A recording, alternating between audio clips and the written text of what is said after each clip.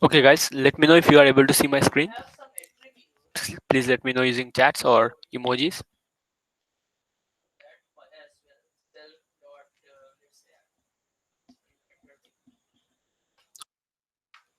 Okay, great, great.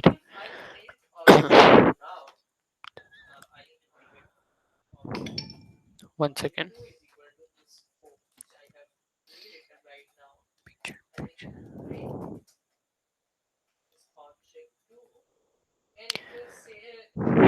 Okay, so the first thing that I'll ask you guys is, all of you have watched the lectures of file handling, right?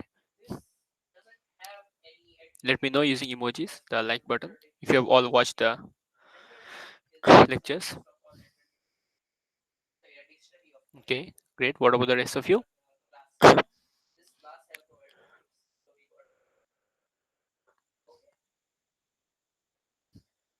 Okay, great. Okay, so most of the people have watched the lectures. Okay, and so I just noticed that OPP. Excuse me. Yes, go ahead. Can you discuss the B-Gate? Can you repeat once more? Are you discuss the B-Gate, sir? Yes, yes. Week 8 discussion has been done, right? So we are just going to solve questions today. So that's why I was asking if everyone is familiar with the file handling Yesterday, basically. sir, yesterday man is taking for week 9 summary session. Can you discuss again the topic of week 9, sir? So basically the instructor has told me to take file handling today because like week 9 is going to be covered in the next year session, which is tomorrow. The questions and all. Okay, Is that sir. okay? Hmm. Okay, great. Yeah, if we have enough time, we'll go ahead with uh, week 9 also. Sir, Yes. so we are basically going to get the full summary revision of week 9 tomorrow. Yes. Week Okay. 9 That, summary will be done tomorrow. okay. I just covered like I have just started the week 9, so I was a little bit troubled with that. Okay. Okay, okay. Yeah. Yeah, so basically we'll solve a few questions, like maybe two questions of file handling, then we'll go ahead with week 9 if everyone agrees. So please let me know if you guys prefer to do week 9 or you guys want me to solve week 8 questions. Let me know using in the chats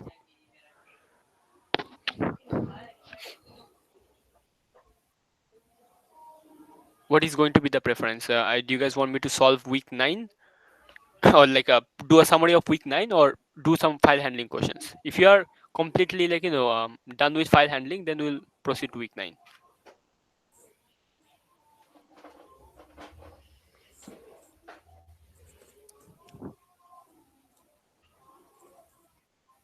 Week 9, okay. What about the rest of you? Sir, are you asking for a week 8 summary or a revision type? Okay, only one person has told me. What about the rest of you? Excuse me, sir. Yes, yes. So we can basically get a week 8 revision. Week 8 revision. Yeah, that's what I was planning, like to do a Okay. small week 8 Let us revision and solve definitely. some questions. Okay. Yes, sir. Week 8 revision, please. Really need that. Summary of week 8, okay. Okay, yes. Okay, perfect. Yeah, we'll just go ahead with a small revision of week 8. Do a few questions, especially in the mentor sessions. I did really like awesome questions that are going to be very helpful in solving OPP questions, right? So we'll go ahead with that, and then if there is time remaining, we'll start up with week 9 revision also. Okay. All right. Can you please mute once? There's a lot of background noise. Okay, file handling. Can you please mute?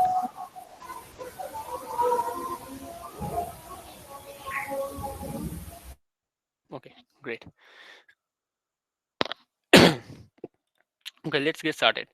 So in file handling, basically, the major concept that we have is knowing how to open a file and knowing how to write to that file. Like read that file and then write to that file. So the basic flow is this: read a file and then write to a file. Okay, but before that, of course, we need to open it. So open file. So first we open file, then we read that particular file. If we want, we write to that particular file. So these are the this is basic flow. The way you open a file in Python is, let's first we need to create a file, make sure that we have a file. So we'll just call it file.txt, for example, or let's say, please zoom in. Is it visible now? More clear? File.txt. Okay, great. Yeah, so for file.txt, I'll just say that, yeah, you're welcome. We'll just say that we have 5 lines. Let's say we have, okay, yes, we'll cover seek method also, don't worry. Okay, so we'll just say line 1, line 2, line 3, and then line 4. We have 4 lines basically. Okay, now in file handling, what you want to do is we want to read this particular file. So to read a file, you have to open it first. So the first step is opening file. So there are 2 ways of basically opening file. Okay, one is you say the file pointer, where you want to store the pointer of that file. What do I mean by pointer of that file? So when you run this particular command, open, and then you give the file name. So what is the file name? File name is going to be file.txt. We want to open the file.txt. How do you want to open it? You want to open it to read that particular file. So I'll say R. It means it will read that particular file.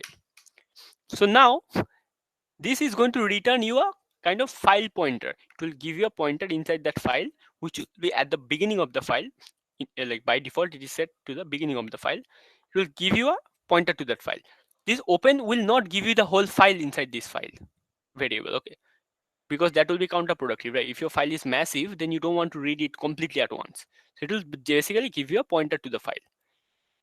Okay, if you kind of print this, if you print file, we'll just print file and then see what kind of like what kind of like what is the type of that particular file. We'll just run it. 1 second. I have to run it from ts session. Okay, we'll run it now, called file handling.py file.txt. Yes, you will see that it is a text IO mapper. Okay, it doesn't give you the whole file at once. It gives you a kind of wrapper. Okay, it gives you a kind of pointer to the file where you can read that particular file in the way you want. You want to read it line by line, or you want to read it all at once, you can now do it. So now inside that file, how you are going to read it is, you have to say that file.read. So if you write file.read, what will happen is it will read the whole file. Read the whole file. Make sense? We'll just print it for now. Let's print it, and you will see that the whole text file is going to be printed here. The whole text file got printed. So what happened in that particular case is the whole text file got read at once. So .read does reading the whole file at once. But if you don't want to read the whole file, you want to read file one by one, like each lines one by one, then you have to use a loop, of course. But if you, let's say, we want to read just the first line, in that case, what you'll have to do is file.readLine. Read line. So read line, what it does is reads one line. It reads just one line. If you print it now, you'll see that wait, what happened? Oh, okay, you'll have to, the whole file has been read. You have to open it again. Yes, you'll see that just one line is being read. Okay, now the way file handling works in Python is, let's open this text.file. Initially, when you open it, it sets a pointer to the beginning of the file. Imagine it as a cursor. So it's at the beginning of the file. Now, when you run read line, it will read the one line and it will set the cursor to the start of the next line. And then you read line again, it will set it to the end and then put it in the next line. No, you do not need to, yeah, of course, you have to mention the file type, yes. The extension of it, .py or .txt, whatever you're doing. Okay, so read line is basically going to read it and then set the cursor to the next line. If you do read lines, like just read function at once, it will read the whole file at once and it will set the cursor to the very end. Once you read the whole file, you cannot read it again because your pointer is at the very end, right? You have to move the pointer back to the top in order to read it again.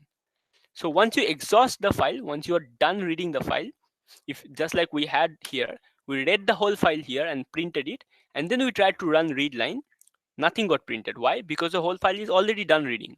You're already done reading the whole file. There's nothing left to read. So once you do read line again, it will not gonna give you any output. So that is how it works basically. So we'll comment this for now, and then we did file.readline, it read one line. Now if you just do the same thing again, file.readline again, so what happened? You did file.readline 2 times, right?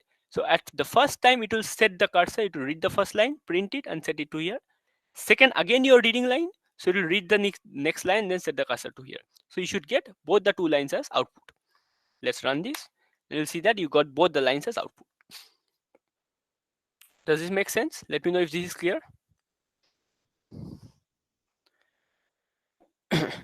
What about the rest of you? Yes, go ahead. Someone raise your hand.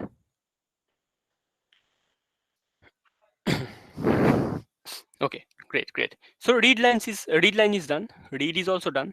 Okay, now let's focus on read lines. Okay, we'll just cut it. File dot read line, will comment it out. We'll comment this one out also. Okay, one second.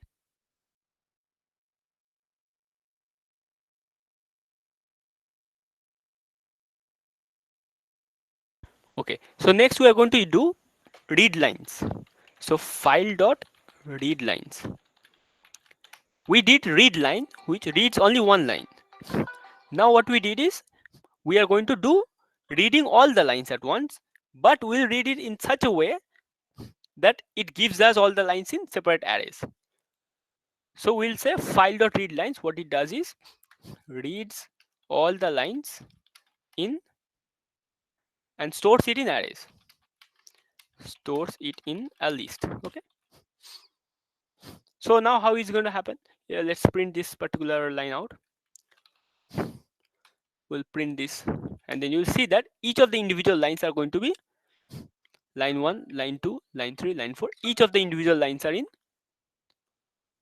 a part of the list. Like a list got created with the lines inside it. Now you can iterate over it very easily. Does it make sense? So read line and read lines are clear to you? Let me know, guys. We will proceed to the next one. So just one Yes. question. You said the read lines will make a list. And what will can you just repeat the function of the first two once again? Yeah, so read is going to read the whole file at once. It will not create an array. I mean, it will not create a list. It will give you in format of string. You will read the whole file and give you a string. Read lines will give you a list. Okay, reads the whole file as a string. This reads one line as a string. Okay, but this one reads all the lines and stores it in a list. It stores it in a list. It doesn't return a whole string. Is that clear? So the second one, the read line, it will only read the very first line on the top, right? Yes. So not the very first line always. If you, let's say you read 2 lines already, you are done reading 2 lines already, and you did read line, so it will read the next line. It will read the next line basically. Does that make sense? So the last line, line 4, not having the backslash n means it's not going to the next line, right? The last line, yes, exactly. So in files.txt, you will see the last line doesn't have a slash n at the end. So it will not go to the next line. Okay. Does it make sense? Yeah, okay. Okay, so let me just open so that I can use the graphics tablet. Wait, maybe OneNote. Yes, in OneNote I can show it more clearly. We'll just create a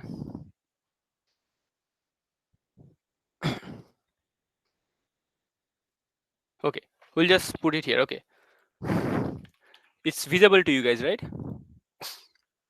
Okay, I'll just need to share it again. Something else. Okay, window. Yes.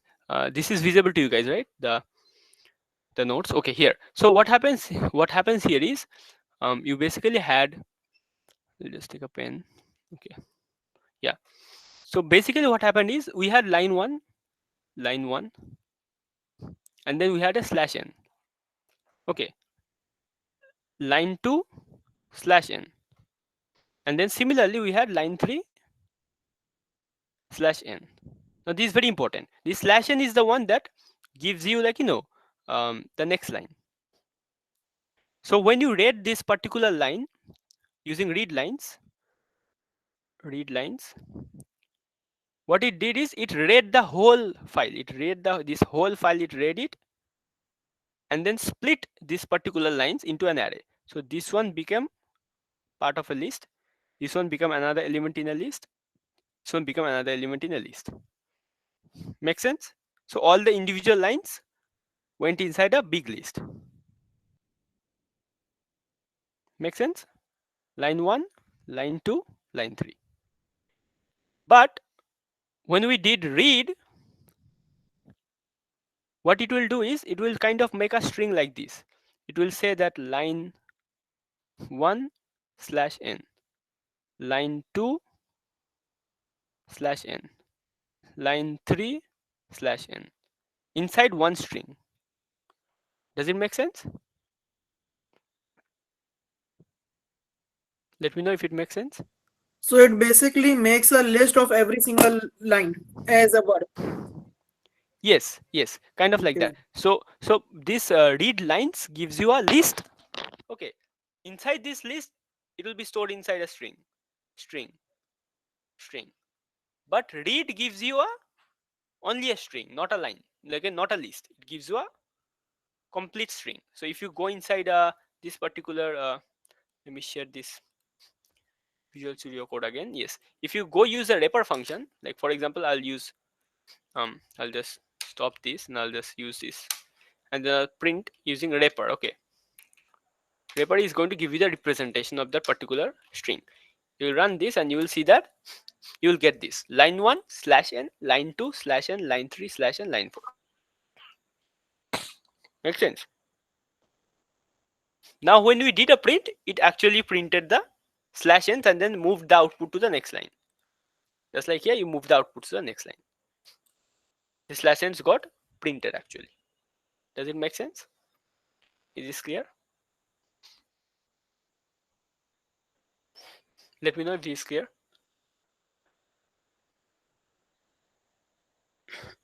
Okay, what about the rest of you? Okay, great. So yeah, that is a critical distinction. Once you get this, all of the other questions will be very easy to solve. Read basically reads the whole file in one string. Read line will read the next line in a string. Read lines will read all the lines but store it inside a list. So the way read line works, now let me quickly give you a summary of read line. So what happens in read line is,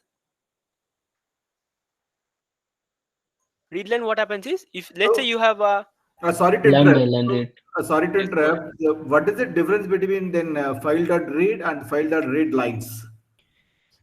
So file.read is going to read the whole file into one string, but read lines will also read the whole file but separate the lines as elements of a list. It will make a list with the lines inside it. So lines means list of list. No, not a list of list. So look, so what will happen is in read, right? In read, you will be getting, look at this, you will be kind of getting this. You'll be getting a string. You will be getting a string of line 1 slash n, line 2 slash n, line 3 slash n. This is a string, not a list, a string. This is string. Okay. Okay, string. I'll write it. Oh, wait. Yeah, this is a string.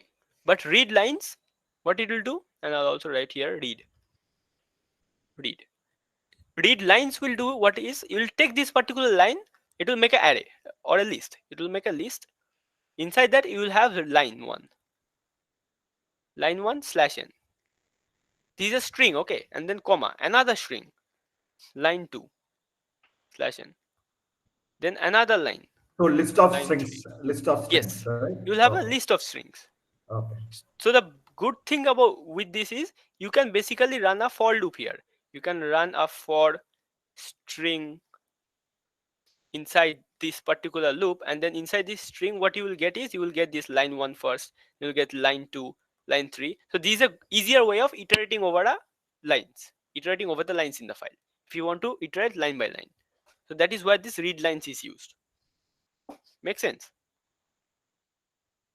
Got it. Thank you. Got it. Yeah, perfect. So and read line, what it does is if you have, let's say, 3 lines, line 1, line 2, line 3, let's say your cursor is here, read line is going to read it and then send it to the next line. So your output is going to be line 2. Okay, but if your cursor is, you have read nothing, you're reading for the first time, it will read the first line and then set the cursor here. Make sense? So it's going to basically read one line. If you have read 5 lines, it will read the 6th line. If you're starting from the beginning, it will read the first line. Is that crystal clear? Yes, sir. Can you show in code with code? Okay, yes. Here, look. Take a SSIS exam. Okay, I'll shift the screen to VS Code again. Here. It's visible, right? Okay. So here in, for example, for a read line, we'll just read line once. So in that particular case, it will read the first line. You see, line 1 got printed. Clear, right? We will do this read line once more. We'll read another line. What will happen? You will see the line 1, line 2 got printed. If you do it again, line 3 will get printed. Similar, line 4 will get printed. But Why your here file is is, space, sir? there is space because print function adds a /n. Remember, in that particular string, right, you will have something like this, right? Your string looks like A, B, C, D, and then /n. So your /n is already there. So when you read a line, it will read this /n also. But print function also adds another /n by itself. So there are basically 2 /n's in there. Make sense? So if you want to print it in single line, you have to say that sep equals to, you have to say that end equals to nothing basically. In that particular case, you will see that it will not gonna print a extra /n. Is that clear? It's making sense now? Yes, sir. Okay, perfect. So now can you proceed to looping? Let me know using emojis, guys, if this much is clear or not. This is the most critical part. Okay, perfect. Perfect. So now let's go ahead with another way of reading file. Okay, so here we did file, we opened that particular file, but we have to remember to close it. Okay, so we have to say that file dot close. So it's always best to close that particular file, or else you'll have memory leaking issues and all. Okay, Python handles it for you automatically, but it's a good practice to open and close files. But there is another way of reading it. I'll call it context managers. Context manager.py. So the syntax looks like this. You say with, and then you write your open, and then you give your file name, which is file.txt. What will be the name of that particular pointer? You'll say that I'll open it as read, of course, first, just read. And as fp or file, whatever name you want to give it, I'll say file. Now inside this, you can do anything, whatever you want to do. As soon as you are done with it and you leave this particular context or this indented block, let's say you come here, your file will automatically close.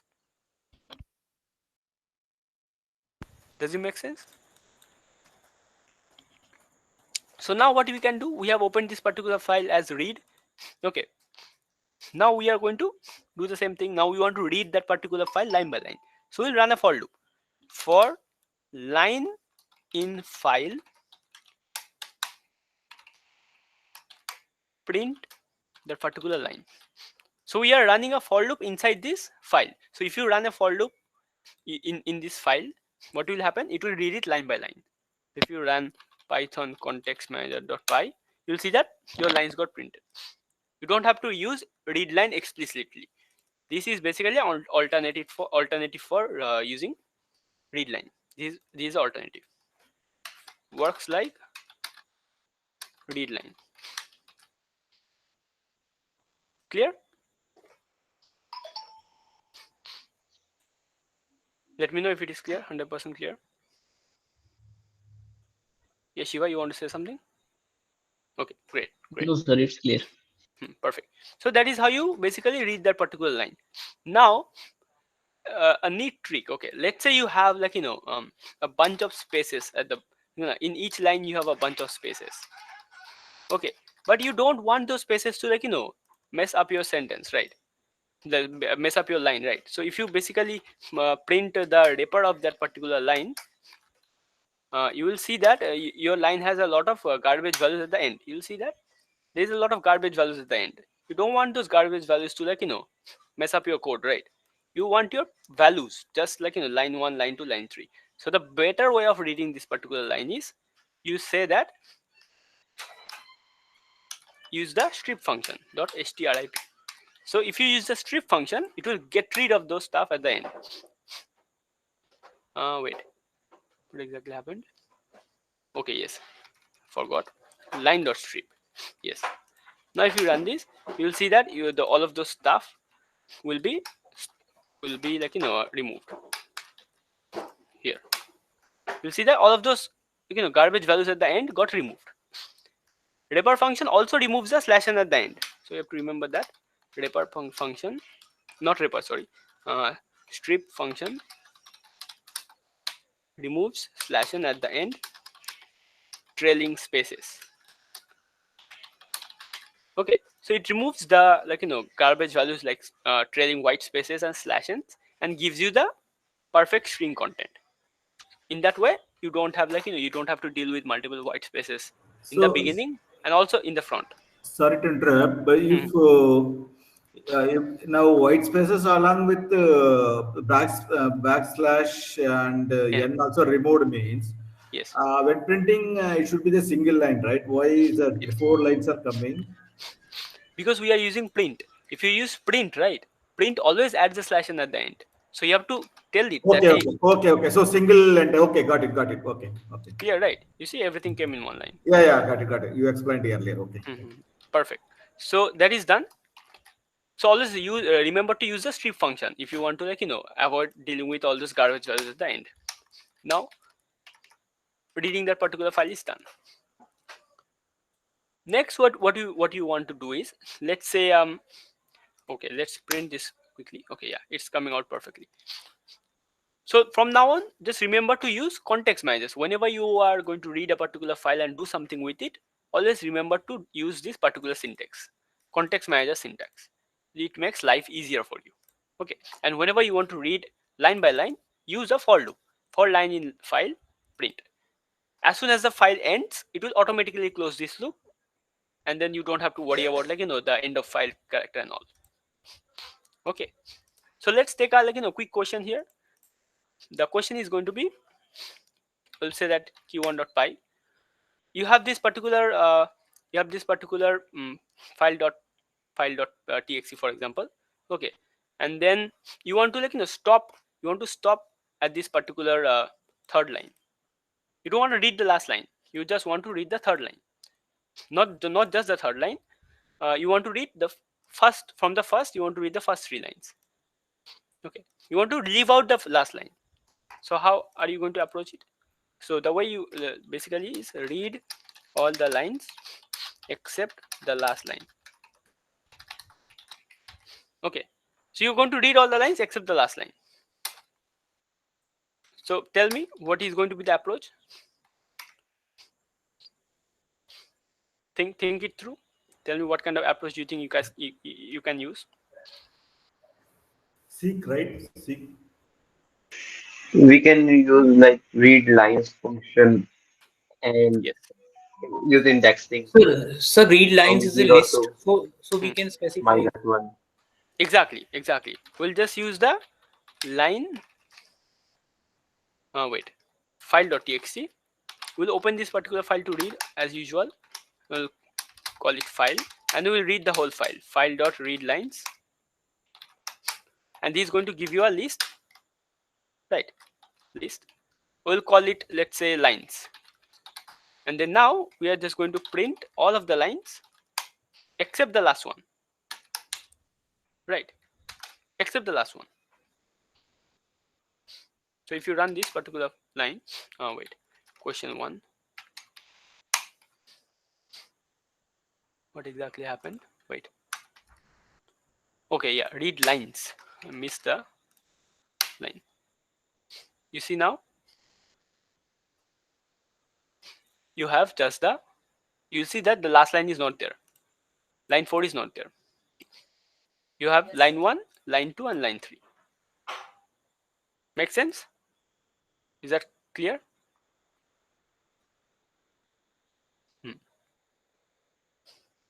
But now a very important question comes is, how are you going to make sure that these garbage values do not come up?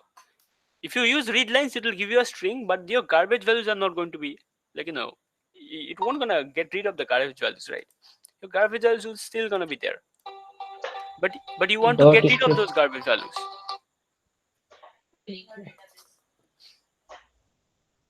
Is that clear? Yes, sir. So Here we can use also strip go ahead. function. We can use Yes. here also strip function. Yes, but I want to know how exactly are you going to do the strip function? Sir, R strip. Yes, we'll use the R strip definitely, but I want to know how exactly you are going to implement it in this particular code. We can use we can create new variable, and in that we can specify lines. So we can make a map function for lines in every Yes. part. Yes, you can The use a line. map function. So you have your lines basically, right? So we will say that we will basically map these lines from the starting to last line. You will map this particular file. How are you going to map this particular file? You'll have to use a lambda function x, and then what will be the output? X.strip. Which strip? R strip. Right, now we are going to print it in a form of a list.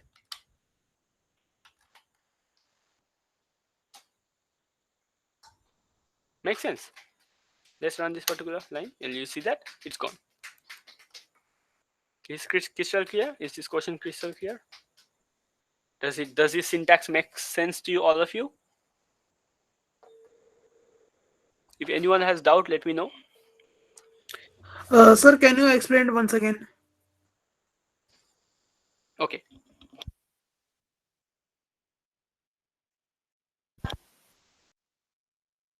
Yeah, so basically the way it works is, you are basically reading these lines, right? Now what is these lines? If you did not have this, if let's say you did not have this map, we'll just write print lines. What happens is, you will see the lines here.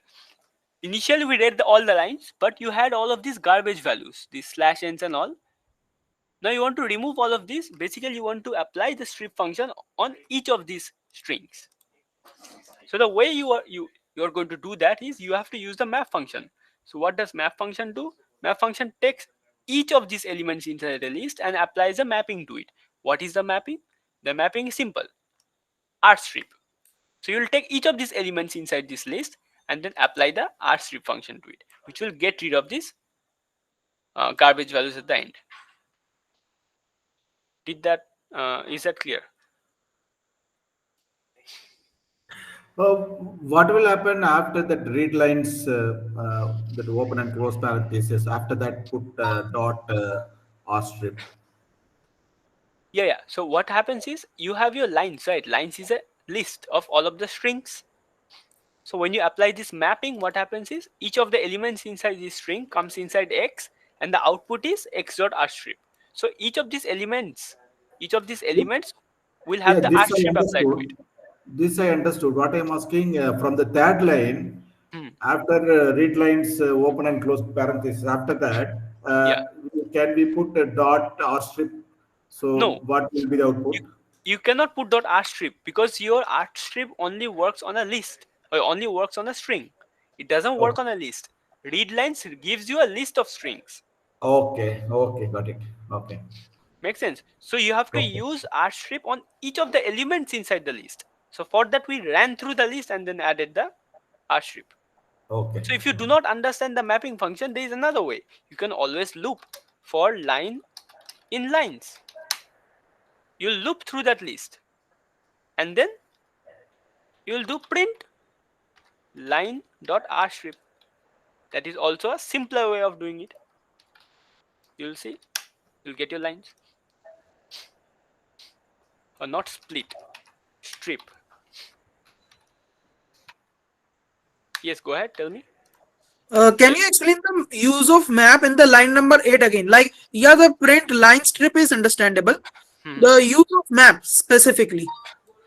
Okay, let me share my another screen here. Take a look.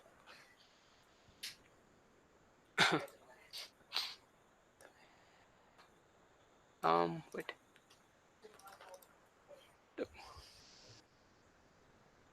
Here, is this visible? Okay. Yes, So sir. what exactly happened in there is, wait. It's basically a mapping. Okay. So what happens here is, why is this not working for some reason? Wait.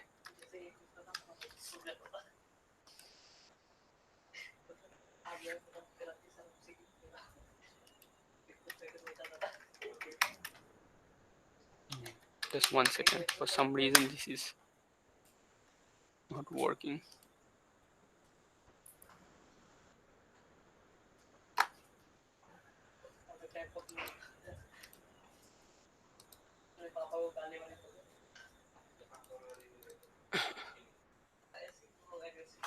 Let's make the new code.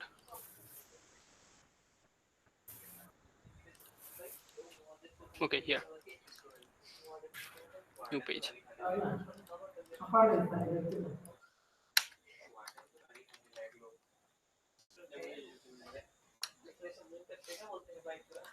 Okay, yes. Is this visible now? Sir, your screen is not visible. I can see icons of the different people. Now, yeah, now it is visible. Yeah, now it Yeah, is yeah. visible. Yeah. So what exactly happened is, first we did a read lines, right? So read lines basically gave us a list of each of the lines. So basically you had line 1. I'll also include the garbage values. So you had like bunch of spaces here, slash n. Line 2, bunch of spaces, slash n.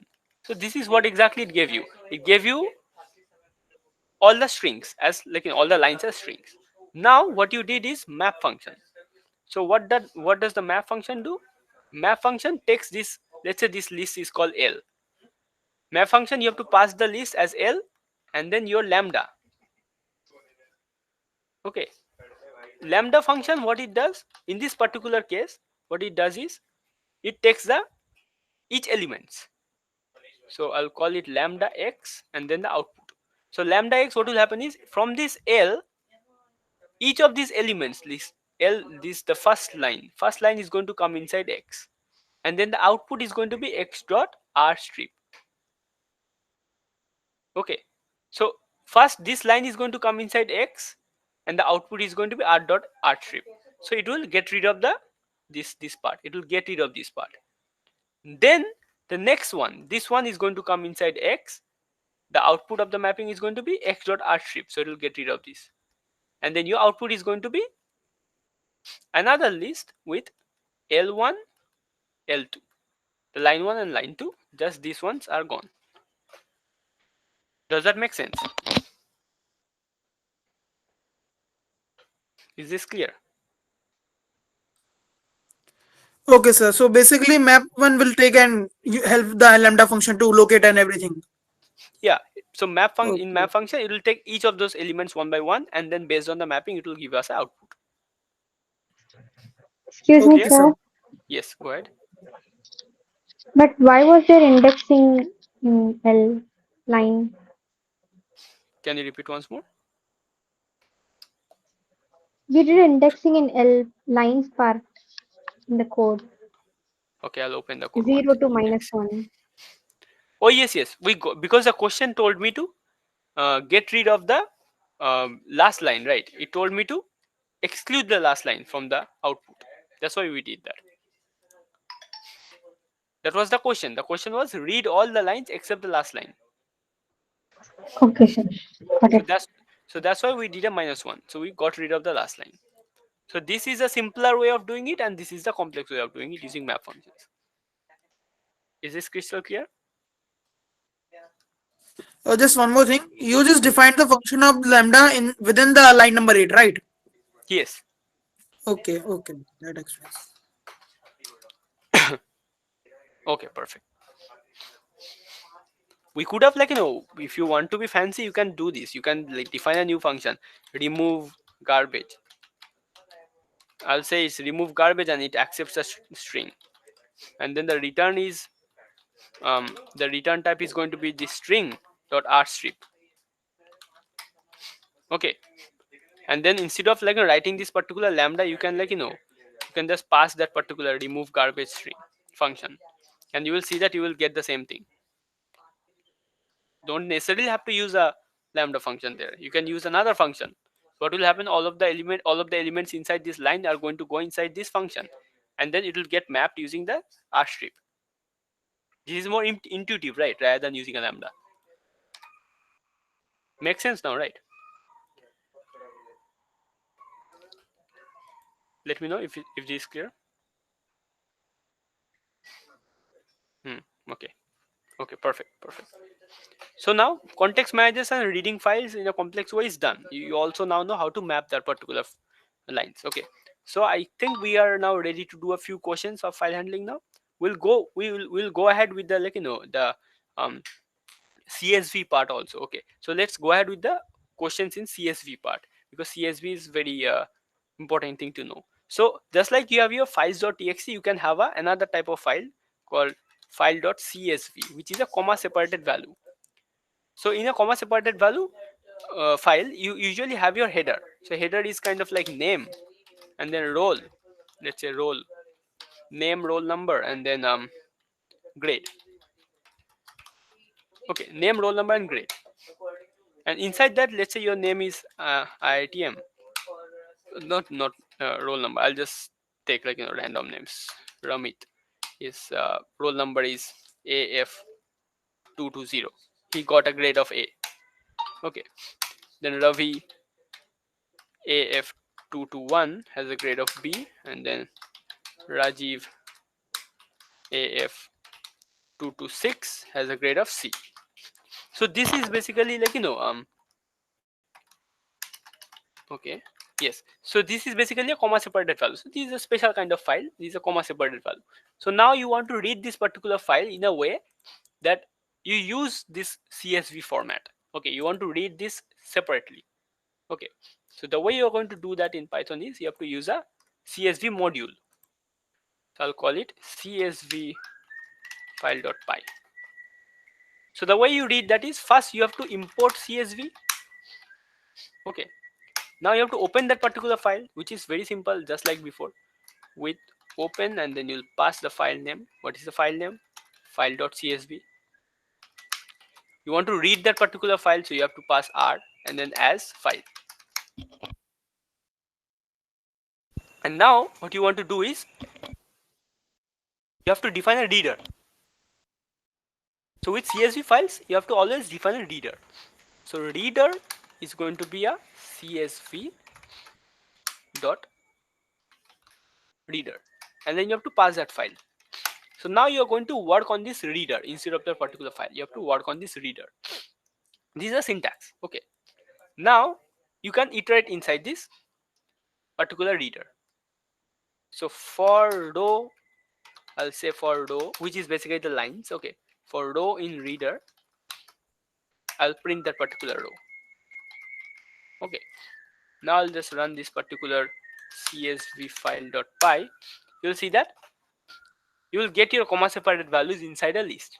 The first line is name, roll number, grade, and then your values are separated in a list, which makes it much more easier to work with.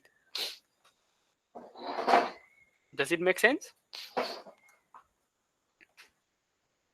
Is this clear? Great.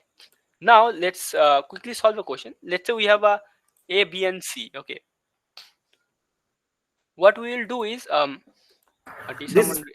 Yes, go ahead. this readers those functions not provided in the content, and also how we need to understand those things. Yeah. So this reader will be. I think it is covered in week 8, but I'm not sure if it's covered in the lectures or not. But it's very important to use this CSV file. If you do So not, read, we understood read line, read lines. yes. Look, so basically, if you do not want to use a CSV module, you can do it normally also, which is very easy to Oh, do. Okay, it's not necessarily that you have to use this particular format. The another way of solving this same question, look, we'll say that we'll open and then we'll say that file. I'll just copy it here. Okay, you open that file again. Okay, and then now instead of using a CSV module, what you can do, you can just iterate for line in file print this line. We are going to split. Use how will you split it? You split using commas. I think you already know how to use split using commas. And if you run this particular code, I will just comment that one. Yeah. Now you'll see that you will get the exact same thing. Makes sense, right? yeah. So another better way is you have to use the strip function also. So I'll say that line dot strip dot split. So it will get rid of those slash ends and all that you have at the end. Yeah. So this is exactly what the CSV file is doing. CSV reader is doing. Okay. Is this clear? Yeah. Perfect. So now let's do this question in a way. Let's say we have our grade A, B, C like this. Let's change this to like PDT name, the product name, and then quantity, and then price. Okay. We have our, let's say we have apples, apples 5 quantity and the price is 50, and then orange we have, let's say 10 quantity and then the price is 60, and kiwi, let's say kiwi is very expensive, we know we only have 3 pieces and it's like 200 each, let's say. Now you want to find the total price. So you have to multiply this 50 with 5, 60 with 10, 3 with 200. Okay, simple as that, right? So the way you do that using our simple reader function, you can use a reader function, the reader dot reader function in the CSV module, or you can just use your normal Python. The way you do using normal Python is, let's say we'll just open this particular file. Okay, we open this particular file, we read using split, so your output is going to be like these lines are already there, which is perfect. So the way you are going to do it, you have to take the second index and the first index and second index. Okay, the first index, because it starts from 0, this apple is 0, 5 is first index and 50th is second index. So you have to take this 5 and 50 and you have to multiply them. But you also have to make sure that the first line doesn't interfere. So the way you have to do this is you have to get rid of the first line. So we will read that first line quickly. Okay, we'll say that file.read line. So we'll read this particular line and then throw it away. We will not store it. So read and throw first line. Now you will see that the other lines are gone. The first line is gone. You will have the value perfectly in there, right? Now we will define a total. Total equals 0. So we have our strip here. Now we will store it inside, let's say, line list. We'll store this particular thing inside a line list, inside a list. So now total will be what? Total plus equals to this line list, the first index times line list of the second index. But you have to make sure to convert this to integer.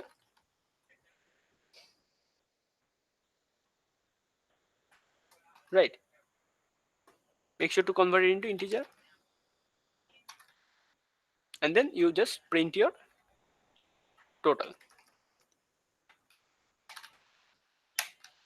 and you will see that you will get your total 1450.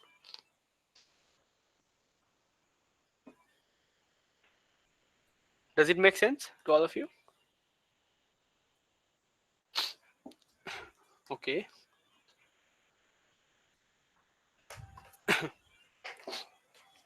Okay, someone chatted in the, okay, you're saying that just like split function is used to read string. Yes, just like split function is used to read string.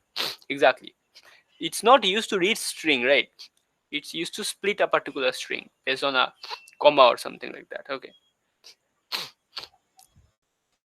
Didn't get read and throw. Can you explain what exactly you mean by that, Smita?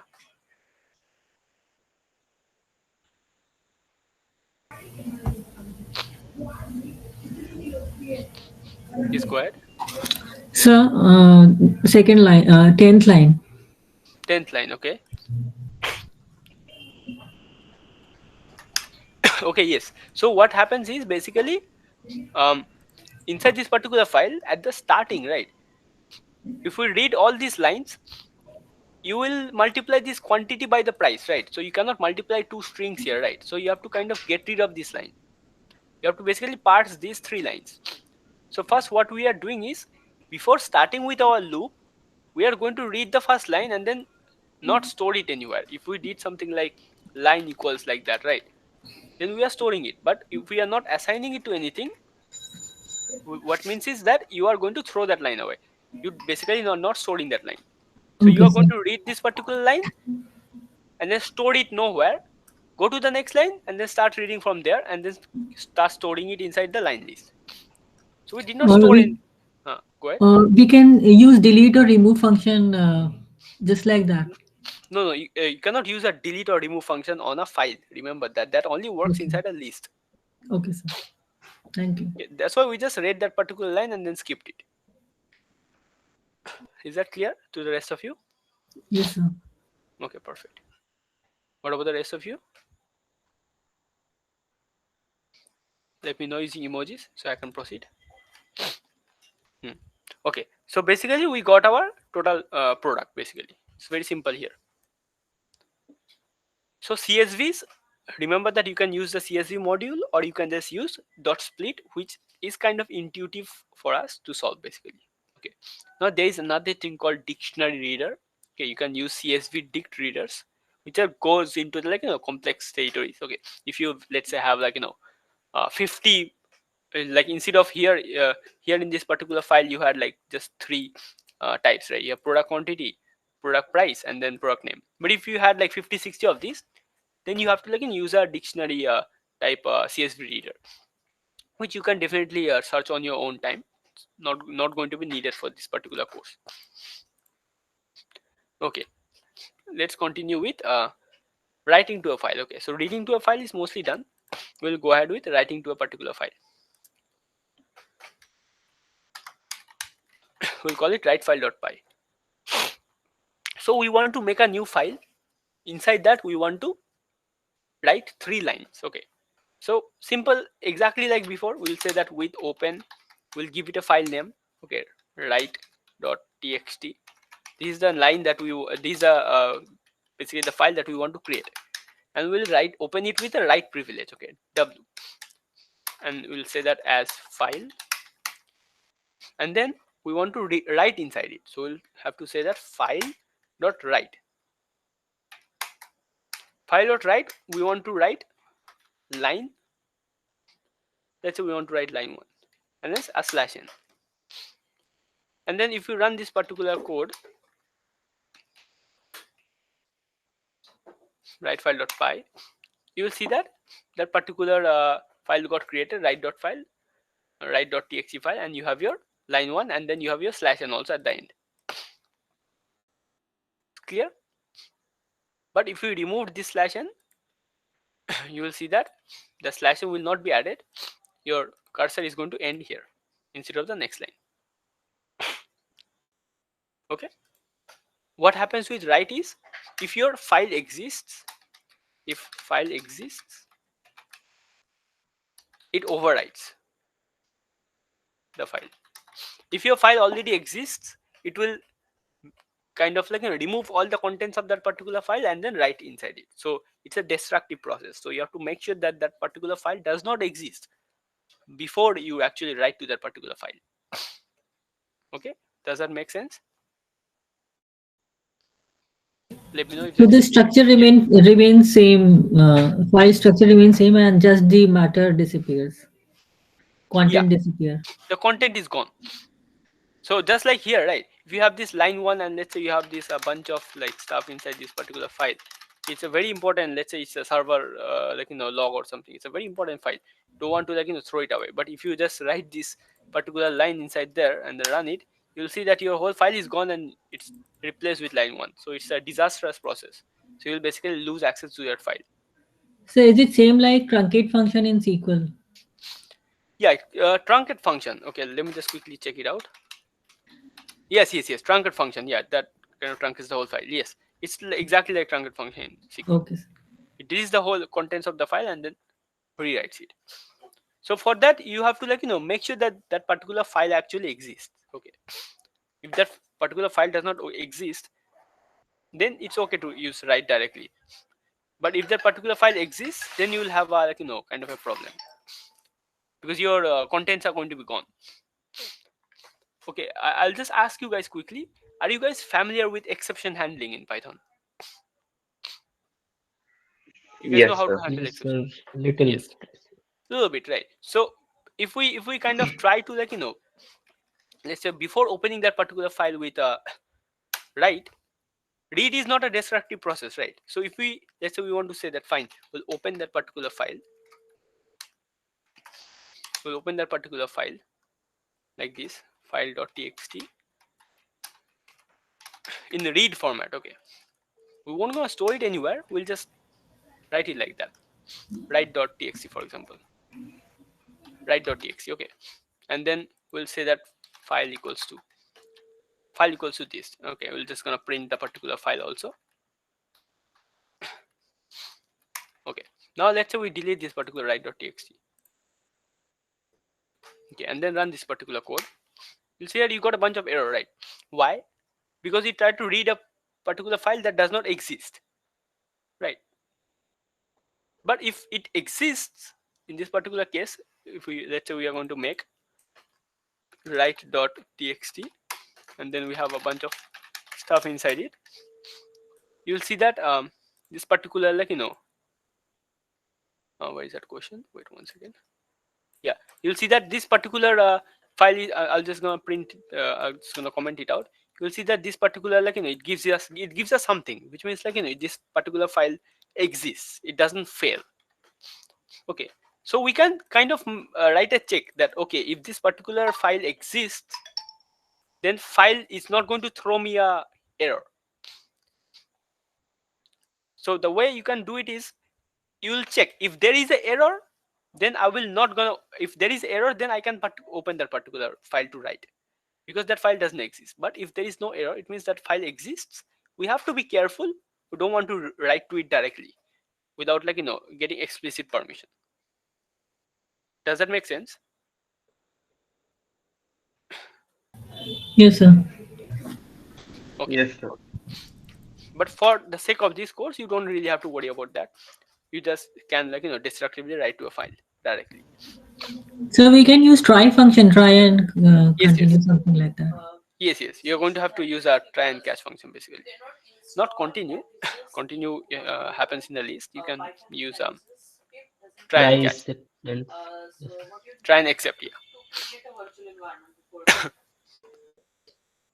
Okay, so basically what happens here is you are writing one line to that particular one word to that particular line. Okay, but if you want to constantly write to that particular file, okay, so what I'll do is, let's say I want to write 3 lines, so I can say that for I in range 3, so or let's say 5, I want to run it 0 to 5, 0 to 4. I will write this particular file Okay, I'll make it in form of f string, and then I'll print the, instead of writing hard coding it, I'll just say that I plus 1, whatever the number is. Now if you run that particular line, the code, you will see that everything got printed in one line. Okay, so there is some kind of mistake with that code. What is the mistake? You missed the slash. Now if you run this, you will see that this write.py, everything is perfectly written inside there. Does it make sense now? Is this clear? So in write function, make sure that it doesn't add a slash n, just like print. Print adds a slash n at the end, but write doesn't add a slash n at the end. Is that clear?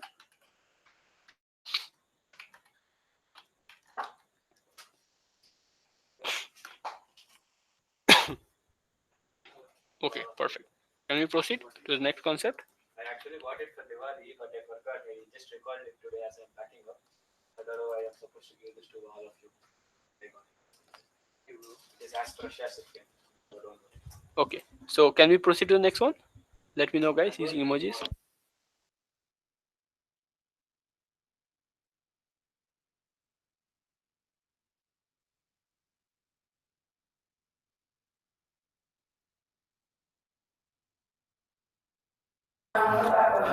Yes, go ahead. Also, actually, I tried with the folder. Then I rearranged the folder, and once the file is moved other location, how we need to link that file actually? In terms of what? For example, in a TA session folder in a website panel, I create one program and one CSV file or TXT file I created within that folder. Right. But when I moved one file out of this TA session, and the related to some that Python program, I'm not able to run. So if we are moving that any text files to some other location, how we can link again to the program? Okay, yes. So for example, let's say you have a file here. Let's say you want to open this pattern.py. Okay, it's outside, right? So instead of this tx, you have to say the pattern.py.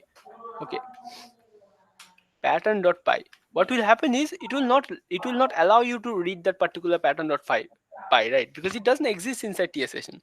So you have to go to the parent directory. You have to use a dot, which goes, move it up, then slash.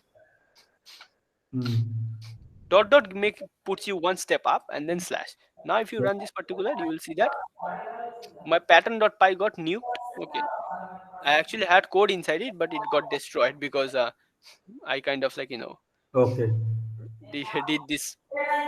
I opened this and then wrote a bunch of stuff to it, basically. Is that clear? You see, line 1, line 2, line 5, it is got. So dot backslash, huh? Yes, dot is to go up, basically one step up to the parent. Okay. But if that particular file is even one more step up, so you have to use dot slash like that. Got it. Okay, but make sure you don't just write dot slash without checking, or else you might if you just go dot like that to the very root of the file, you might nuke your system configuration and your system might crash. So you have to be careful with that. Oh, okay. Okay. Yeah. What usually Windows, I'm not totally sure about Windows, because Windows does some crazy stuff sometimes. There is no real the file permissions are not very stringent, but you cannot do this on a Linux system. It will fail basically unless you're using a sudo, but there is no concept of that in Windows. You have to run it as administrator. So if you're running a terminal as administrator and you do dot slash and you go to the C folder and then do some write, it can nuke your critical files like your boot file and all, and then you might get a you might not be able to log into your Windows and all. Okay. Thanks for this information. Yes, because it happened to me once. Okay, great. So file reading is done, file writing is done. Always remember, file writing is a destructive process, but a better way of writing to a file is if you have a let's say you have a file that exists already, just like this pattern.py, right? It's a very, let's say it's a very important file for me. I don't want to get rid of all the stuff inside this file and write to it, right? That'd be a destructive process. So what I can do is I can use append. Just like R is reading, W is writing, I can use a which does appending. Okay, so inside appending, what I'll do is I will add a comment. Let's say I'll add a bunch of comments. So I'll write it like this. It's a comment. Okay, so if I run this particular file, what will happen is you'll see this pattern.py will not gonna get nuked completely, but at the very end you will have these particular lines added. So that is appending to a file. Does it make sense, this appending? So R is basically read, write is basically write. I'll write it here, write, but file is kind of file contents are deleted first, and then you have your append, basically writes to the end of the file. Okay, is this completely clear? Read, write, and append.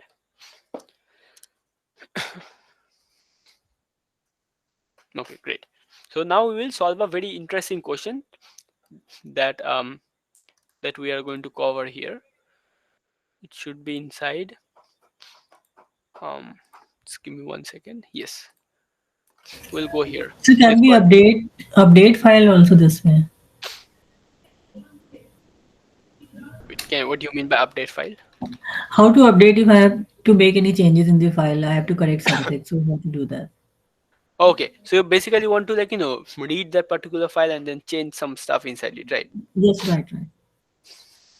Okay, so Python does not support in-place editing directly. Okay, only appending is supported by Python. So you cannot just go to a file and then change the third line like that.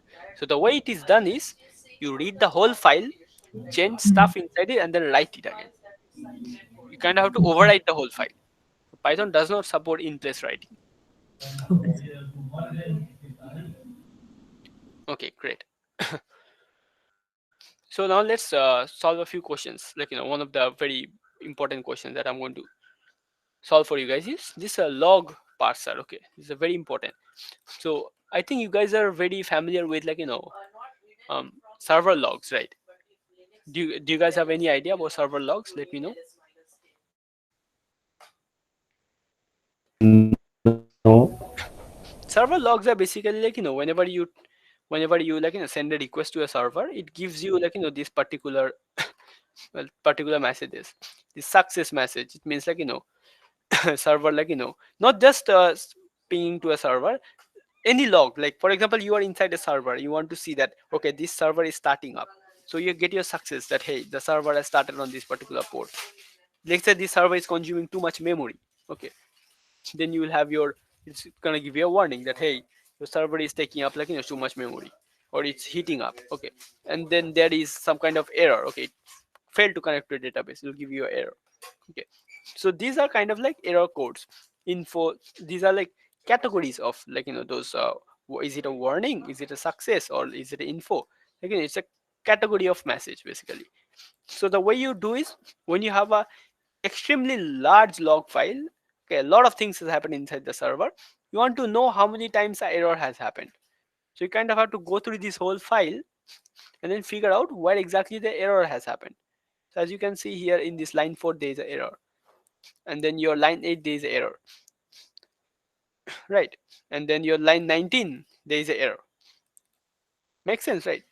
So you want to know how many times this error has happened. Got it? So let me know how you can go through this file and count how many times has this error happened, how many times warnings has happened, how many times success happened. Tell me how you are going to handle this. Give me an idea.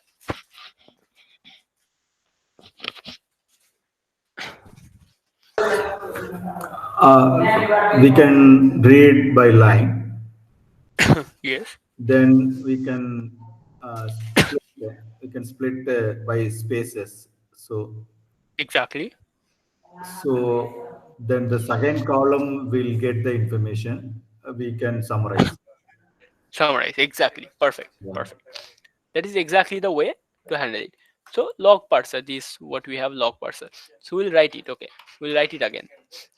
So we'll first of all in this particular log.txt, what we will do is we will first create a dictionary. Okay. So we'll call it dict log, and it's going to be empty. Okay. And inside this, what we'll do, we'll have to read that particular file first. So we'll say that with open, and the name of the file is log.txt.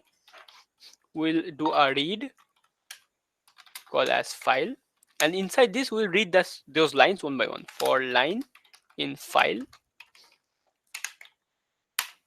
we'll read it one by one, and then we'll split that line by spaces. So we'll say the line dot split using spaces, and then you are going to get a line array. Okay, or a line list. And then let's just print that particular line list, and then we'll go to this. One moment.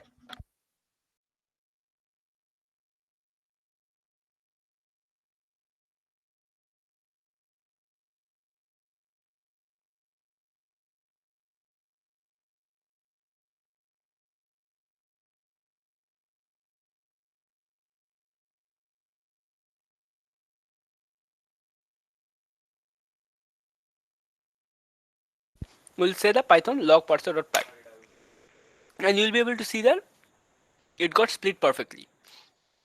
The first one, this one is the first one, this is the second one, this is the third one.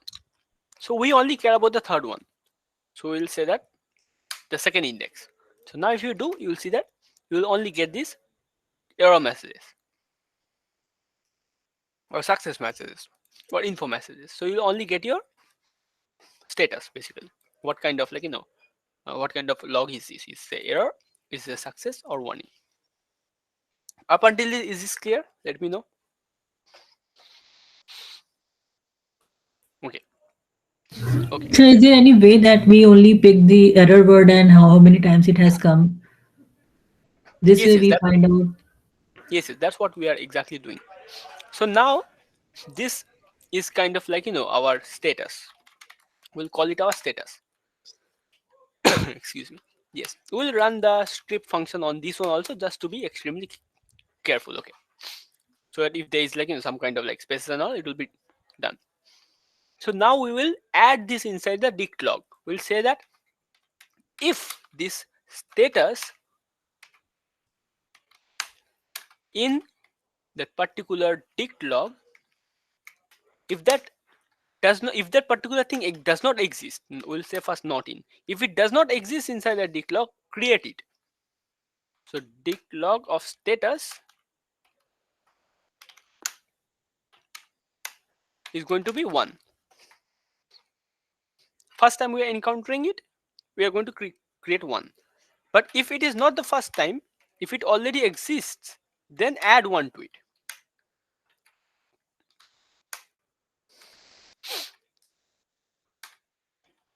Plus equals to 1. Got it? And then at the end, we'll just print this dict log.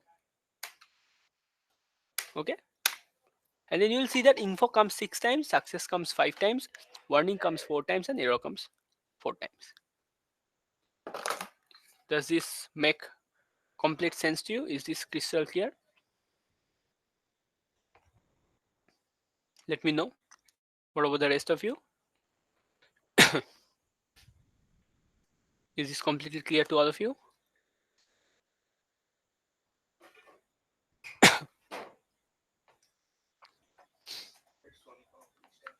What about the rest of you? What is the method in a single line for dictionary is exist? We need to append. If it does not exist, we need to create. What is a single line? Somewhere people are told, but I forget that one. Yeah. Basically, what happens is, if you're that particular file, right? If that particular index does not exist inside dict log, and you're trying to add one to it, right? It will give you a key error, right? If that particular doesn't exist inside the dictionary, you have to first create it, right? You cannot append the value of a key if it does not exist inside the dictionary, right? You have to create the key first. Yeah, I understood, but somewhere I seen they created in one line itself. They made that both actions in. Yes. That is definitely possible.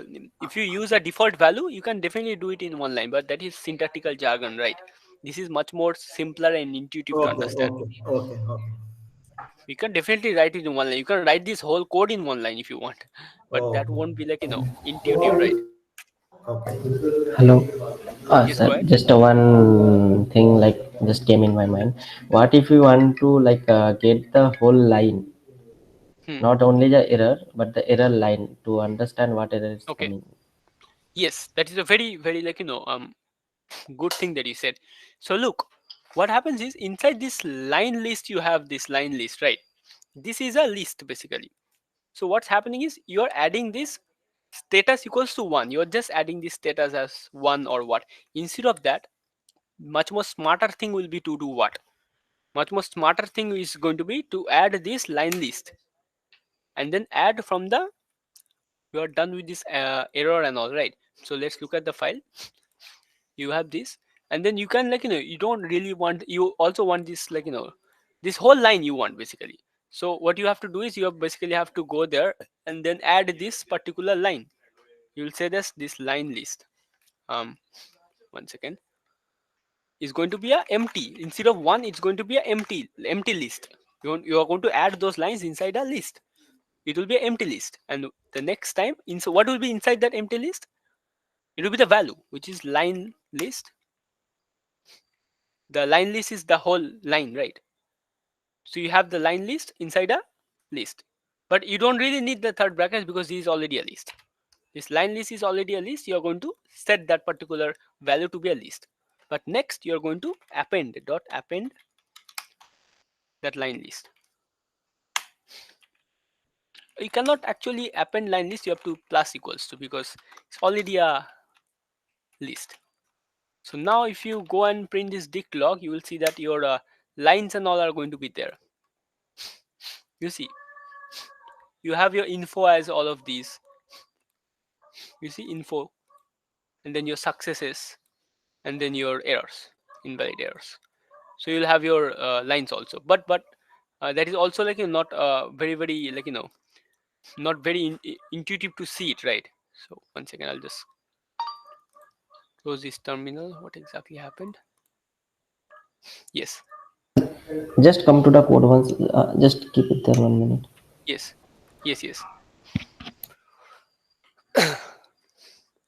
So instead of printing the whole thing, I can just go inside there and then say that fine, I'll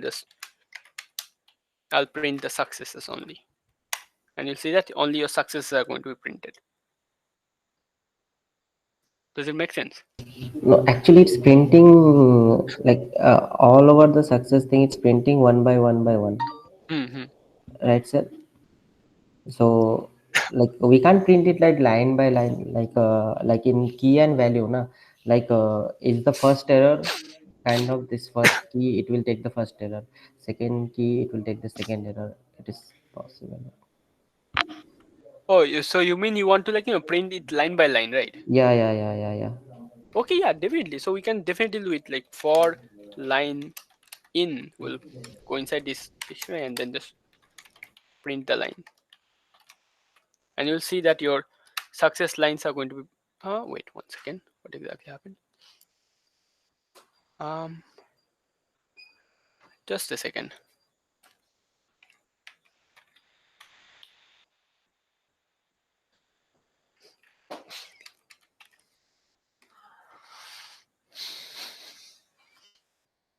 Wait, let's print this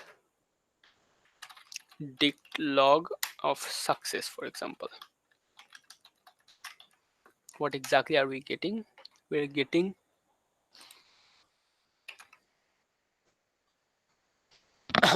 okay, we are getting this. Okay, and then success. Server started on port 00/n. And then that one. Okay. Yeah, we did a split, right? But then we cannot add this line list. We are supposed to add the line itself. Yes, You yes. want to preserve That's it, why. then you'll have to add the line. Yes. And you'll see that you'll get your lines properly here. Now it is fine. Okay. Yeah. So this is what you are Thank meaning, you. right? Yes, it's perfect now. No, that's why I'm checking the code. I was thinking something is wrong, right? Yeah, we split it to check it, and then we added the split itself instead of the line. Yeah. Now it's fine. Hmm. Okay. Thank you so much. Perfect. That's a very perfect catch. Great.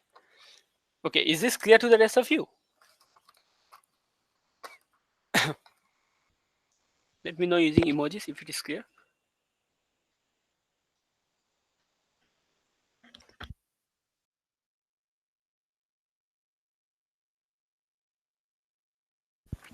Okay, great. So up until now, do you guys have any questions regarding this?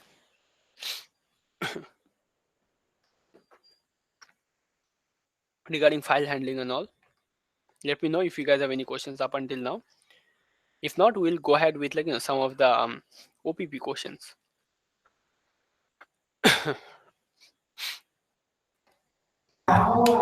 See, apart from read, write, and append, there is a combination of R plus, W plus. Those things also, if you explaining, it's good.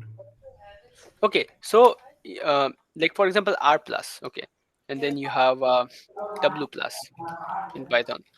So those are basically I have to open the documentation for that. So R plus basically means that you are going to read and write, but do not truncate the file. So you will open the file for reading and writing. File must exist or else there will be error. Do not erase the file, and pointer starts at the beginning. So that is R plus. Plus you can read and write to the file, but it will not destroy the file, just like read did. Makes sense, right? And then your write plus is going to be basically to do read and write, but it will truncate the file, like it will delete the contents of the file. And then if you have your let's say R plus W, okay, so there is nothing called R plus W in Python. There is only R plus and then write plus. Like if you go here to do if you just remove this and then you see you'll have your plus A B. There's a huge number of things. You don't necessarily need to remember all these. So you necessarily need to remember the write plus, plus R plus W, read, write, and append. These are the ones which are most important. So R plus is important if you want to read and write, but do not truncate the file. Do not remove the contents of the file. Is that clear? Because remember, for writing, if you did W, right, your whole file was destroyed. But if you do R plus, you can write to the file, but your file will not be destroyed. Is that clear?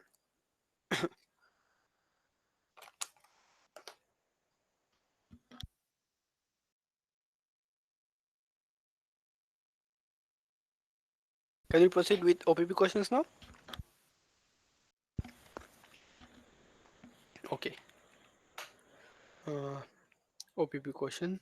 Let me share my screen once.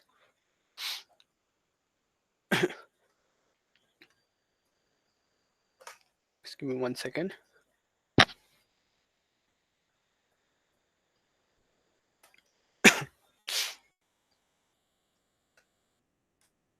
Here. Is my screen visible? Yes.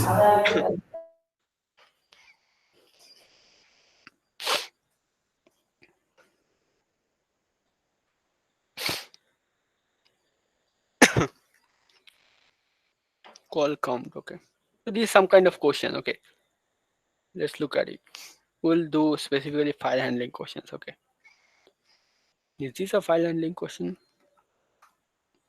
No, it's not. Let's proceed to another question. Let's see.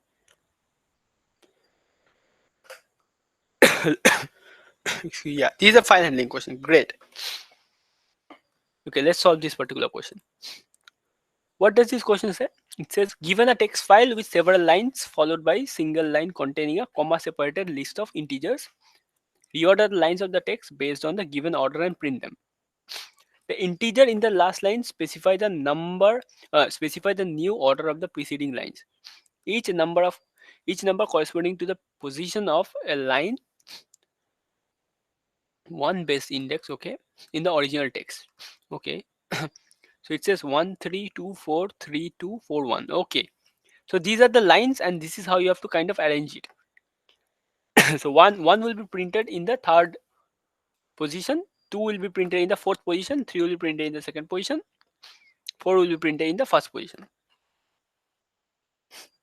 Is that clear? Is this question clear to you? It's a tricky question. It's kind of a pretty tricky question. What is this 1-3 means what? You just repeat again. Yes, so you have these 4 lines, and then 1 3 means the first line will be printed in the third position, second line will be printed in the fourth position. So you see the first line got printed in the third position. But here fourth position only is there. First line got printed in the third position. Wait, 1 2 3, but say second line here. That's very. No, that is one base index, right? If you have one base index, then second is going to be the fourth.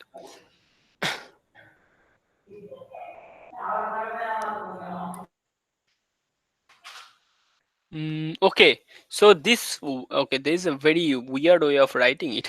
Okay, but then you will have your fourth one in the first. So fourth line is going to be in the first. Okay, but then what about the 0? There should be a 0 in there somewhere, right? 1 is going to be a second. So 3 is going to be in the second. So 3 is going to be in your second. So third line is going to be in your second. But third line is in your first. How is it possible? Third line is coming in the second. Does this make sense to you? Is it minus indexing, or maybe I don't know, 1 or -3? Wait. I think reverse direction you are understand. I think. See what they're telling. Third row is on the first. Fourth row is on second. Yeah, then it will be matching. Third row is on first output. Sir. Yes. Just a second, sir. I guess the last line has the instructions. Last line of the file will have the instructions to arrange the lines before that. That is given in the question. Yes. So you have to neglect this one. So 0 1 2 3. So kind of like 1 2 3 4. So first line, this is 1, right? So here it says 1 will come in the third place. So you can take it in 2 ways. Let's say this 1 is the 0 and 1th line. No, so second the line. reverse direction is coming. See, for example, third line is printing on the first, like that. Third line is printing on the first. Yeah. Oh, okay. Let's read this once more. Each number corresponding to the position of this. Okay, so the third line is going to be coming in the first. Yeah. Then fourth line is going to be coming in the second. Yeah. It's a very weird way of writing. Okay. We can't do anything about it, but yeah. Okay, in my brain I was thinking that fine, I'll have to do a mapping to to move it, to basically reverse it, but looks like they already gave us in a reverse manner, so half of the complexity of the question is gone. So it's not a fun question anymore. Okay, it's fine, we will work with it, not an issue. So basically whatever it is, we have to read the lines, right? So first let's open that particular file. So as you can see here, your file is already opened for you. Your file is opened for you, and then your file pointer is given as F. Okay. But we'll just open that particular file. Okay, you have to read that particular file. So we'll say that with open that particular file and the file is file name. We'll open to read and we'll call it file. Now what you have to do, you have to basically read those particular files inside inside each lines. So lines equals to file dot read line. Read lines. Okay, if you do this read lines, what will happen? All of your files are going to be read inside this list, right? Inside this list you are going to have all of your lines. Inside lines, this is a list. Makes sense, right? List of string, right? List of string. Yes, list of string, exactly. So now you know that your third line is going to be in the first place, fourth line will be in the second place. Fourth line is going to be in the second place. Okay, great. So that's not that very hard. What we will do is we'll kind of need to, like, we are done with reading the lines, right? So now first we'll say that lines is basically empty. Okay, and then now you read your lines. Great. Now we kind of have to, like, get the positions, right? Positions is going to be, let's say, this lines, the last line of that is going to be the positions. I'll split it using excuse me, I'll split it using commas, and then I'll just print this particular positions, let's say, and then I'll just test run it, and you will see that these splits are going to be given to us properly. Excuse me. Yeah, you'll see that this that 3 lines, 1 lines minus 1 means what actually? So lines. So lines means last string you are taking, yeah? Yeah, the last one. Last string. Yeah. Okay. So you have your 3 1 5 2, and then wait, that is in 3 1 5 2 4.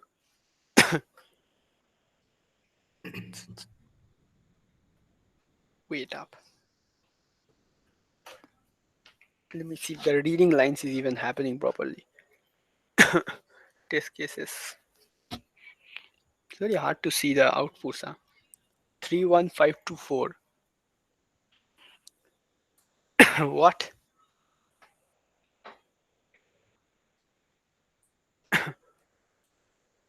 Three one five two four.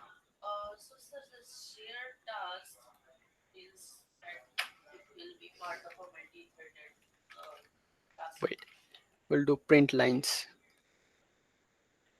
Maybe the input is not in the right format. Let's see in test cases. We will come to know. You see that the last line doesn't even match. 31524 is the last line, but the question gives us something else. You see, the input is completely different from the test case. 31524 is the test case, but your question is different. Is it visible to all of you? Here no 5. No, not just not 5. The format is different. You have dashes and all in the input, right? But here in the input, you don't even have the dashes. You just have 31524. It just gives you the order.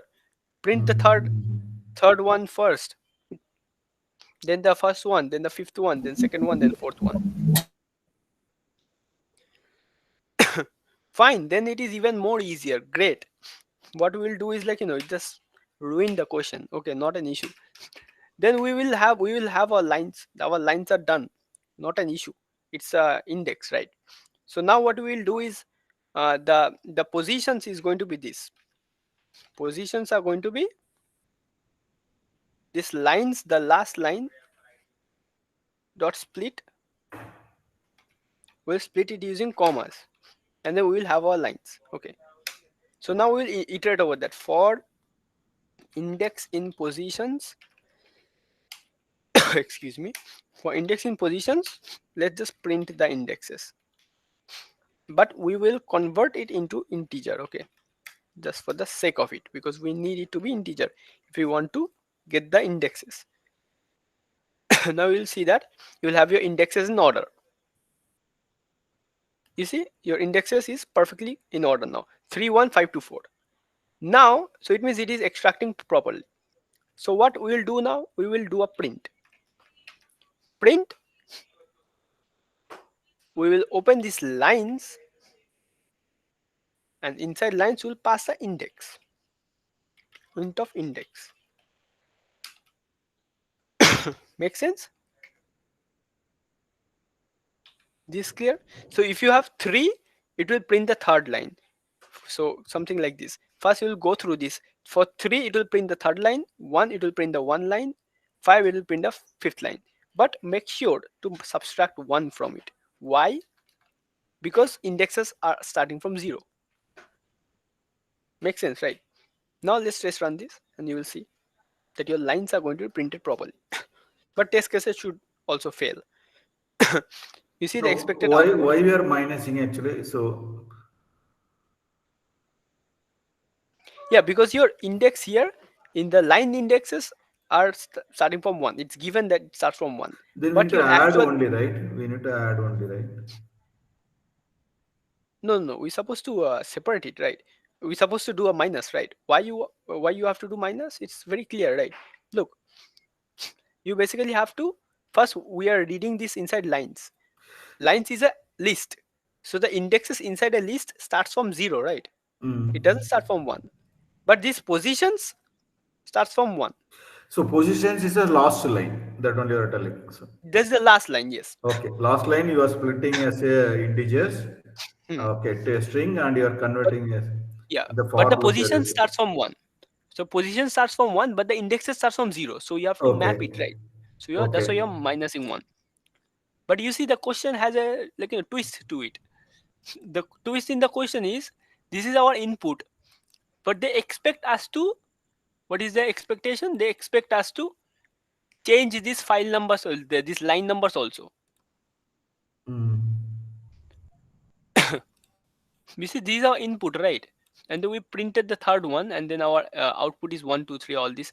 And you see, this perfectly worked. But we have an extra line in the middle.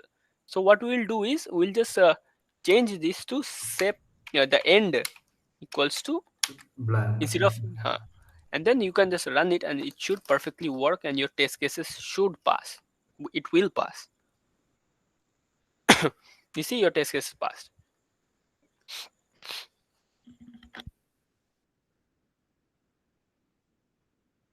Is this clear to you now? This 17th, 18th line only we have to understand what is happening.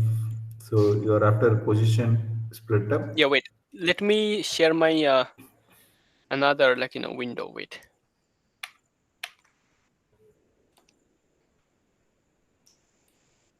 Is this visible?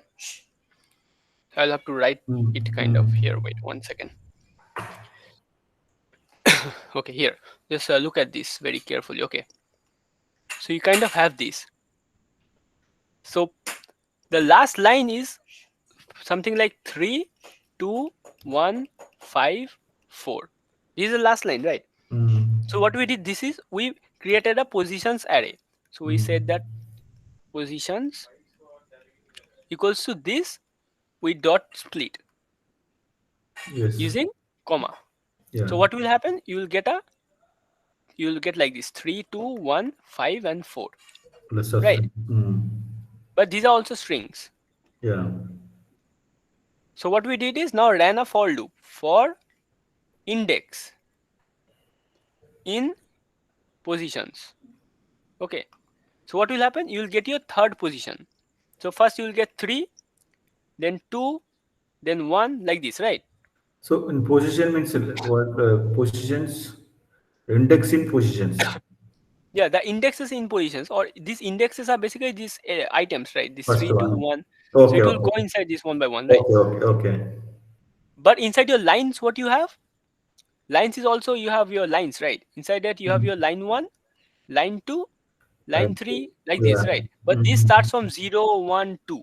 Yeah. It starts from 0, but this starts from 1. So what we did is we did index -1. So 3, we will call this lines 3. Lines of 3 minus 1. See this So you have index. these two, it will This map with that. index we can use any other name also, right? Yeah, you can use any. You can use I also. Okay. So the most important thing is this. The most important thing is the fact that this line starts from 0. Line starts from 0. This starts from 1. Okay. So when let's say we got 3, we want to map this 3 with the 3 here, right? But we have to do a 3 minus 1. So this 3 will map with the second index. 2 will map with the first index. 1 will map with the 0th index. Is that clear? Yeah. Is this completely clear? Crystal clear? Any doubt, let me know. Let's scroll down. Little scroll down. Yeah. So for index, you are telling then index range first number lines in 3 minus 1. Yes. So I'll write it once more. Here, look. Your index is basically 1 second. Yeah. Here, your index is basically Index I understood. Yeah. From the position you are indexing based on the order. 3, 2, 0, 1, 5, 2. And Yeah. your lines is basically 0, 1, 2, 3, 4, like this, right? And then Yeah. your is line 1 or whatever you have. Yes, Whatever your line is. Correct. So what you will do is for 3, it starts from 1, right? So for 3, what will happen? It should map to the 3 here, right? But then it will be wrong because it starts from 1. It starts from 0. So we have to map -1 to it. So 3 minus 1. So we'll map this to 2. We'll map this 2 to 1. Okay. We'll map this 1 to 0. Okay, because of the Map this 5 to 4. indexing from 0 or 0 lines. Okay. Yes, exactly. Makes sense, right? We'll map this 4 to 3. And you will get your file handling. You'll get your file positions perfectly fine. But 2 to 3, how you linking? So 5 to 4 is there, 3 to 2 is there, 2 to 1 is there, 1 is 0 Is is 4. there. Oh, 4. Is 4. Okay. Yes, Okay. Is 4. Okay. Get it. So then you're linked this one. Just show me Completely code. clear now? Yeah, Yes. I understood the concept. Show me the code. Yes, 1 second. Share. So for that only you are making -1 in the code, right? Okay. That's the reason why we're doing -1. Is this visible now? Yeah, visible. So for index and position, print lines index -1. Okay, so We did an index -1. That's the reason, and we converted it to integer because the lines are going to be in strings, right? Strings. Okay, so then the lines numbers are mapped. Okay, got it.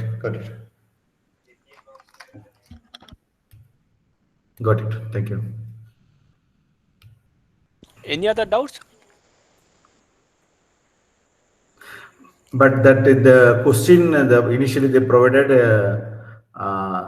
it's for mapping purpose they provided actually, right? So confused that one. Instead of the order of the lines. Instead of this order like that, they just made it easier and then just gave it like this. Okay. So the question kind of is wrong, but it's fine. Yeah. Okay. Got it.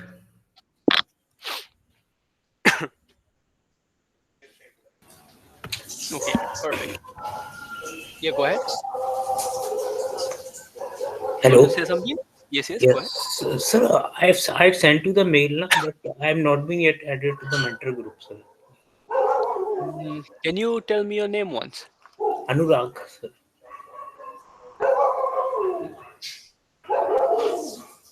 Okay. 1 second now.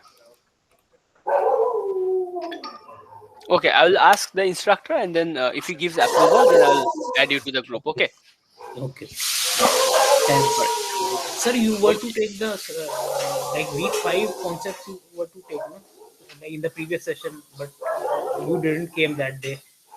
Yes, so I was the other TA was the one who was assigned that particular session. So no, but week 5. Week 5, yes. So he took that file handling only. Okay, did he cover the week 5 or no? No, sir. He didn't cover the week 5. Okay. Okay. I guess I will have to take it up in the. You guys don't have week 2, right? You guys don't have quiz 2, right? So it's completely No. fine, I guess. Okay, I think we have enough time to take up that before the next OPP, right? I think your OPP 2 there's still a lot of time for it. So is it Yes, fine if I okay. take it up in the next TA session? I will Yeah. ask them to take it up in tomorrow's session. I'll ask another TA to take it up. But if he doesn't do it in the next TA session, we'll take it up in the next TA session, which is going to be next Tuesday. That is Okay, fine? sir. Yeah, fine, sir. No issues, sir. And Okay, sir, perfect. sir, Yes. like, can you share if suppose the instructor does not allow at this juncture to add me to the mentor group, then can you share that video in which you have discussed those 5? Okay, yes. I'll points? try to find that video and then I'll share it with you. Yeah. Thank you, sir. Thank you. For adding to the mentor group, I'm not totally sure if the instructor is going to be allowed, because the mentor group is kind of a paid group from IITM. But please send me the email in this particular email, and then I will ask the instructor. If he allows, then only I will be able to add you in that particular group. Okay, sir. Okay. Is that fine? Yes, sir.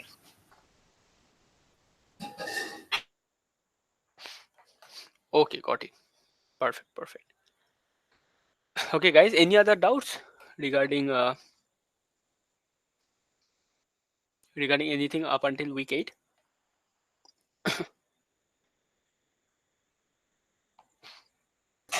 Sir, any tips for OP2, sir? Like OP2 will be like OP1, or like it will be tougher Yeah, than it'll be easier than OPP1. Why? Because you have a bunch of file handling questions, and file handling questions are incredibly easy. Okay, it's not very complex. So as you can see here, Sir has released a whole lot of instructor has released a whole lot of OPP sets here. So solve all of them. There is a huge number of OPP sets here. So if you solve all of them, But sir, There's- date of submission they have kept at 20. I think very early they have kept, because quiz 2 is also date approaching. of So submission is, but there is no quiz 2 in Python. no, but they have kept. They have taken the date of submission as November 23. 20th November. No. For this, for the September 2025, but for previous one, they have taken November 20 as the date. Yeah, January. It's December 31. No, you are referring OPP2, right? Yeah. Yes. Which one are you talking about? OPP1, they're telling. OPP1. Okay. No, bunch of there is no need to. There is no need to do OPP1 again. Just go ahead with OPP2 here. No, but due date is mentioned. That's why. Oh, these OPP1 ones, right? Yeah. Yeah. Okay. Due date is 20, so they told, they extended now from 20 to 23. Yeah, it's 23, so not an issue.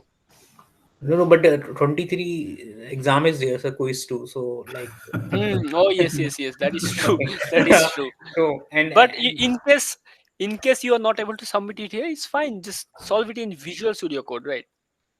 Okay, VS Code. But if Yes. they extend the date by 1 week, then it would be better for our practice. But it is a graded one, non-graded is one. Yeah. It's graded if date of submission is Not there. graded. I guess. It's not graded. But no information is there, graded or non-graded. Yeah, it's not graded. It won't be counted in your official grade. Not an issue. Yes, sir. In grading docs, this is not. Yeah. Sir, file handling question will be only one question now out of 7 questions in OPP2. Can you repeat? There will be only one question related to file handling, na? I have heard that from many people. I don't know whether it is true or not, but in OPP2 there will be file handling questions, as you can see.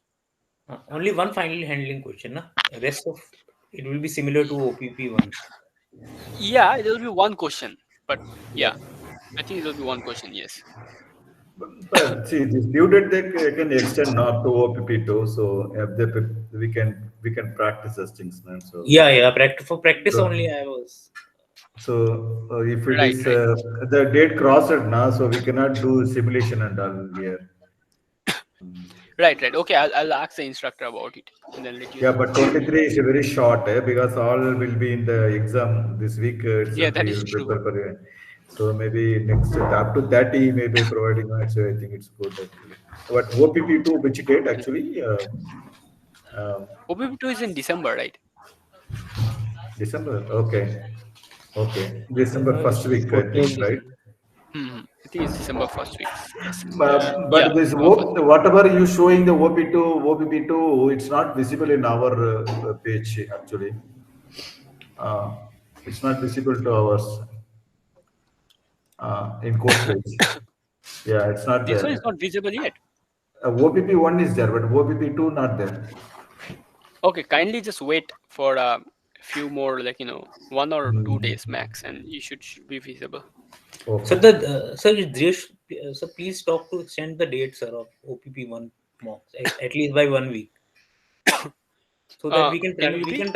we can practice, sir. Actually, Yeah, to Up to, extend, right? Yes, I will yeah, yeah, ask the prof. up yeah. to, Not but an issue. earlier it is 20, now 3 days extended, but it's not enough. But this week we are Mhm. tied up with the exam. So maybe 30 they are extending, it will be helpful for us. Yeah.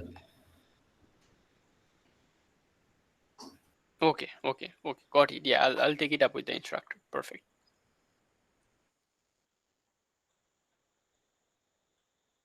Any other doubts? This week 7, some questions are wrong. So those things, Yeah, when that graded yeah. The score, correct instructor score is will. going through it. He's going through it. You'll get an update regarding it. Don't worry about it. Okay. Okay. Anything else, guys? Make sure to attend tomorrow's session also. Okay, important things will be discussed there. Yeah. So what things will be discussed in tomorrow's session? I think week 9 will be started in tomorrow's session. Okay. Something about recursion and all will be covered. Okay.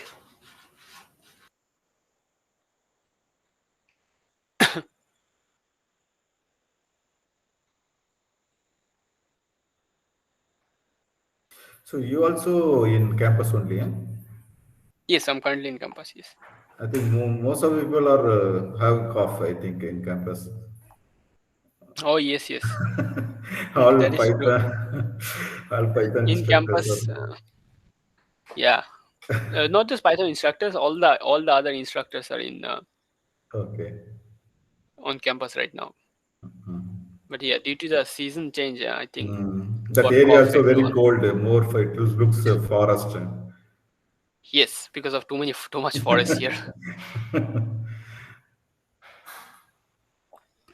Okay, great. So guys, I think that today's session was pretty good.